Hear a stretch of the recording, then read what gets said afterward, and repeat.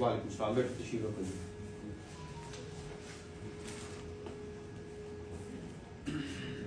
बशीर अहमद साहब जी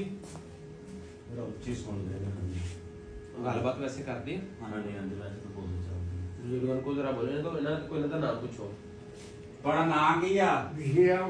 किन्नी उम्र आ ਉਮਰ ਕਿੰਨੀ ਆ माशाल्लाह जी कित्थों आए हो आया लियो लइयों आए हो वो लियो पिछो ने हिंदुस्तान तो एड्रेस दसया भाई ए बाबा जी मसला किन्नी देर तो सर मसला के सोना में उचिया उची सुनदा कोई मसला नहीं उम्र तो ज्यादा हो गई ना अच्छा चलो अल्लाह पाक से दवे उम्र दी ख्याल होंदी जनाब ऐसे 285 दिन दे गोल दे देखो अच्छा अच्छा जानिया दिन आ रहा